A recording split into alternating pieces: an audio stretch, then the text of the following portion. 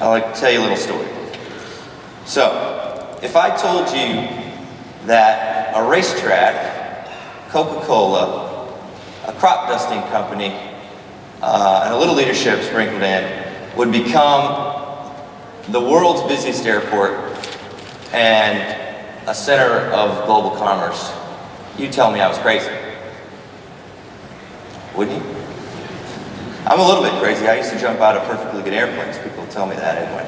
But if you look at that picture there, that field, Candler Racetrack, was owned by Asa Candler, the Candler family, Coca-Cola, and that racetrack would later become Hartsfield-Jackson Atlanta International Airport.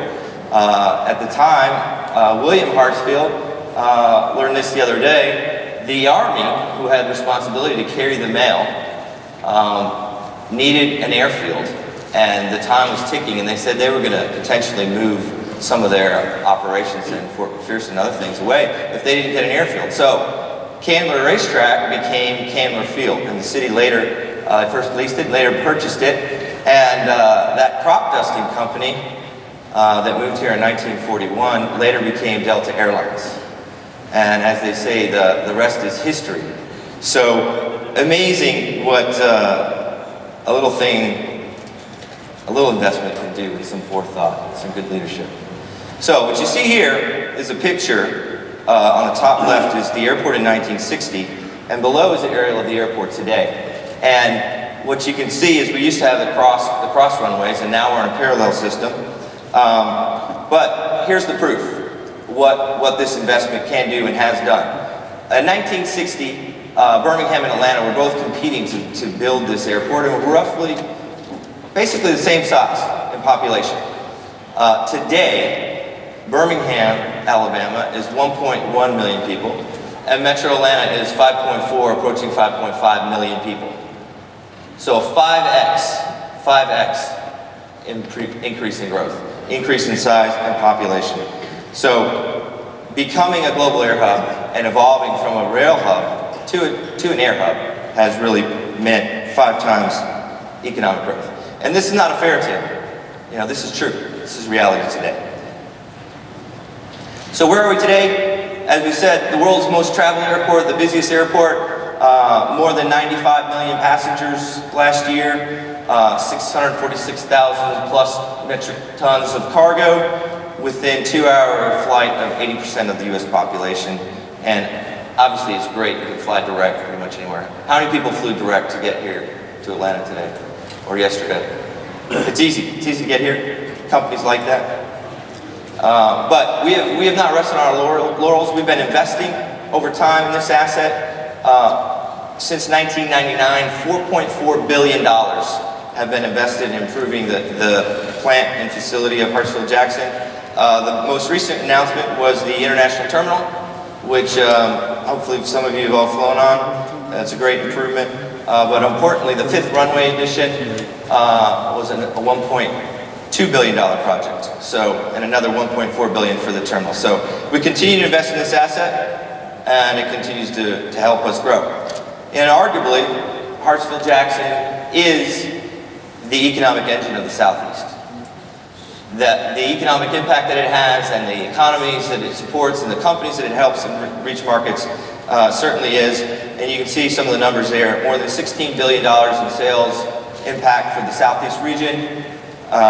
For Georgia, you're talking more than $3 billion in wages, 62,000 direct and total jobs. But most importantly, what does the airport deliver?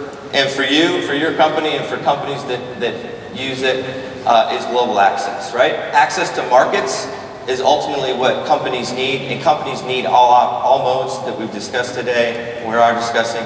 They need all modes, that's critical.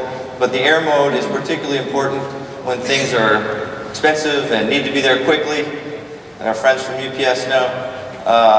But all these companies express that, you know, the most important factor, one of the most important in them choosing Atlanta for their new facility was the ability for Hartsfield-Jackson and those connect their people and their goods to global markets.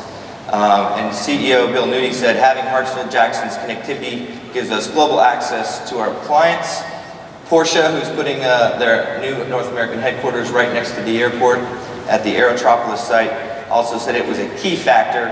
And Baxter, who announced their more than $1 billion expansion, also said it was one of the principal reasons they chose Atlanta. And the last example I'll give you is Kia, the auto plant in West Point. And it said it was not only important, it was essential that they were located near this airport. And to prove that point, I mean, one of the facts there, Asiana Airlines, soon after they made that announcement, started cargo service. And more than 65% of the volume on that Asiana cargo flights every week are destined for the Kia plant. So definitely an important link. Now, how have we done? Well, since the 1996 Olympic Games, which was sort of Georgia's international coming out party, in terms of air, we've had 124% growth in international air cargo volumes. The blue line is the total volumes. Domestic has been relatively flat, but we continue to grow in international cargo volumes. We have 9 of the top 10 global cargo airlines fly into Atlanta. 16 all-cargo airlines, you can see them here. UPS, one of our hometown airlines. Interestingly, because of the number of flights, the wide-body aircraft that Delta has, Delta is by volume still our largest cargo carrier, even though they're not an all-cargo airline. So what flies on these airplanes? Here's kind of what the top commodities that are moving, but basically if it's expensive, it needs to move fast. If it's perishable, if it's damageable, it's going to go in air. Some recent examples, a whole aircraft load full of iPhones that came with chase vehicle and lead vehicle and security. Ladies will enjoy this, a half an aircraft full of Jimmy Choo shoes. The largest concrete pumper truck in the world flew out of Hartsfield-Jackson to go to Fukushima to help plug the reactor disaster there. Certainly pharmaceuticals, medical devices, scanners, etc. So a lot of important things and expensive things that need to be there right away, move on air, and it's a critical link for our economy.